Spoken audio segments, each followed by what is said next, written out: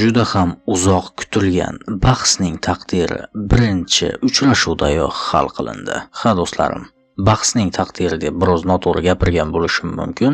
Keyingi bosqichga chiqish masalasi birinchi bahsdayoq hal qilindi desam menimcha maqsadga muvofiq bo'ladi. Ha do'stlarim, va nihoyat Yevropa Chempionlar Ligasi musobaqasining 1-8 dastlabki bahslari bo'lib o'tdi va eng qiziqarli va ko'plab e'tiborlarga sabab bo'layotgan bahs umuman kutilmagan narsalarni bizga sovg'a qildi. Umuman olib qaraganda har yili bahor shu bo'lar takror deya gapirsak ham mantiqqa to'g'ri kelaveradi, chunki har doim, har mavsum, har qanday holatda ham Manchester City Real Madrid klubiga qarshi favorit hisoblanardi.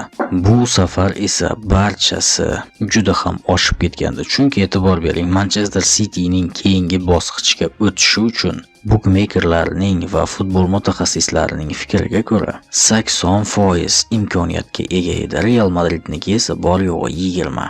Futbol bahslariga pul tikishni xush ko'ruvchilar hozir aytadigan gaplarimni yaxshi tushunsalar kerak, ya'ni Manchester Cityning keyingi bosqichga o'tish imkoniyatining koeffitsiyenti 1/3 edi.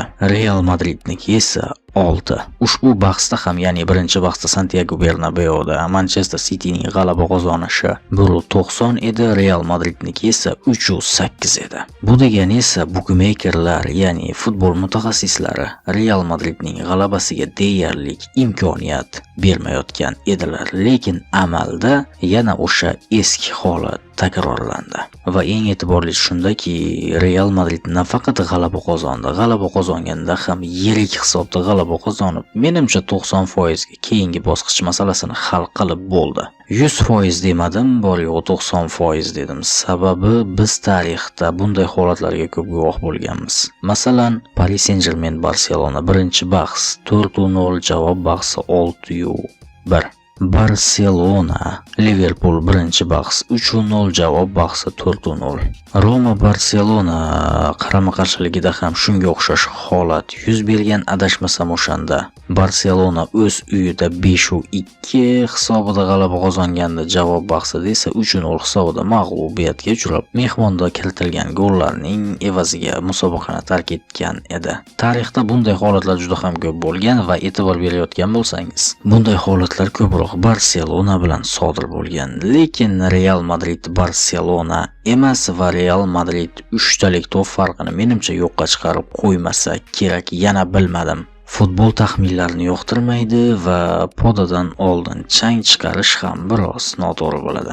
Lekin shaxsan men o'zim Real Madridni 90% keyingi bosqichga chiqib bo'ldi deya hisoblayman. Albatta, agar Vinicius Junior 58-daqiqada penaltini maromiga yetkazib bajargan bo'lganida edi, 100% deya bemalol aytgan bo'lar edik. Chunki 4-0 hisobi bu yo'qqa chiqadigan hisob emas, ayniqsa Real Madrid ishtirokidagi bahsda. Lekin nailoj, Vinicius Junior o'sha vaziyatda penaltini maromiga yetkazib bajara olmadi. Aniqrog'i Donnarummaga tasannolar aytsak ko'proq mantiqqa to'g'ri keladi. Lekin do'stlarim, ushbu bahsda Manchester Cityning birorta gol kirita olmaganligi bu hayratlanarli hol.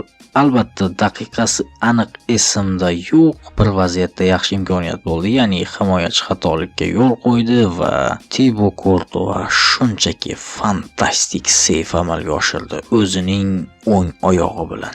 Va mana nima uchun men qo'rqmasdan doim aytaman, hozirgi kunda dunyoning eng kuchli darvozaboni Thibaut Courtois deb. Bu Donnarumma ham emas, boshqasi ham emas. Menga ishonavering, ayni damda dunyoning eng kuchli darvozaboni bu Thibaut Courtois. Va do'stlarim, bahsning statistikasiga ham e'tibor bersak, g'alabaga ko'proq Real Madrid haq edi, chunki XG bo'yicha Real Madridning ko'rsatkichi 2.60. Manchester City esa bor yo'g'i 0.56. Bu shunchaki juda ham katta farqli raqamlar. Albatta, to'pni egallab turishda Manchester City ustunlik qilgan bo'lishi mumkin, lekin xavfli vaziyatlar va golga tortadigan vaziyatlar yaratmasang, to'pni bunday egallab turishda na ma'no bor, na mantiq.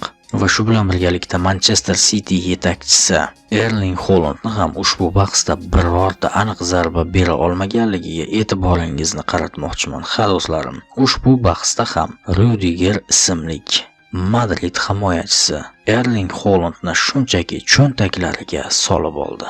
Madrid bugun shunchaki dahshatli edi va futbolchilarning xatti-harakatlariga ham e'tibor bersangiz, ular maydonning har bir qarich yeri uchun kurashdilar. Qisqaroq qilib aytadigan bo'lsam, ular jonini Jabborga berdilar. Va albatta do'stlarim, ushbu bahsda hat-trick qayd etgan Valverde qirollik tojini albatta kiyish kerak, chunki u bugun bunga munosib. Albatta Thibaut Courtoisni maqtay turib, uning Valverdega bergan gollik uzatmasini ham aytib o'tish maqsadga muvofiq. Chunki Madridning ruhiyatini ko'tarib yuborgan va motivatsiya bergan asosiy qadam mana shu birinchi gol edi. Bu vaziyatda Thibaut Courtoisga ham Valverdega ham tasannolar aytishdan boshqa ilojimiz yo'q. Bu goldan keyin esa o'zingiz juda ham yaxshi bilasiz, yana ikkita gol va Valverde birinchi bo'limning o'zida hat-trick. Va Real Madrid asosiy futbolchilarisiz ham, yarim tarkib jarohatda bo'lsa ham Yevropa Chempionlar Ligasi musobaqasini qo'lga kirita olishiga yana bir bor ishora qilib qo'ydi. Menga ishonavering, agar Alvaro Arbeloa shogirdlari mana shu ketishda davom etsalar, ushbu mavsumda 16-kubokni bemalol qo'lga kirita oladilar. Chunki bugungi Madrid haqiqiy Madrid edi. Shu jumladan do'stlarim, shaharliklar safida ham yurtimiz Abduqodir Husanov to'p surishini ham yodga olib o'tmoqchiman.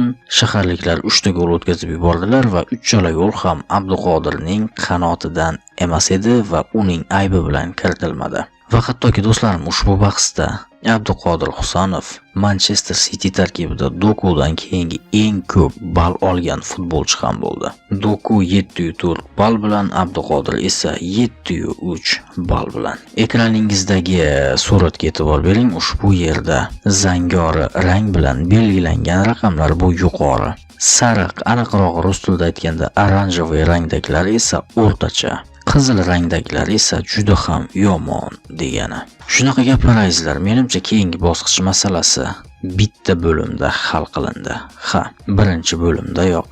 Valverde ismli shaxs Madridning keyingi bosqichda o'ynashini hal qilib qo'ydi. Nima ham derdik do'stlarim, umid qilamizki, Madrid muxlis sifatida keyingi javob bahsida mo'jiza sodir bo'lmaydi va 3 talik to'p farqi yo'qqa chiqarilib, shaharliklar Madridni tormor eta olmaydi. Albatta bu fikrni men shaxsan Madrid muxlislari tomonidan bildiryapman. Shaharliklar muxlislari tomonidan bildiradigan bo'lsak esa albatta mo'jiza kutib qolamiz.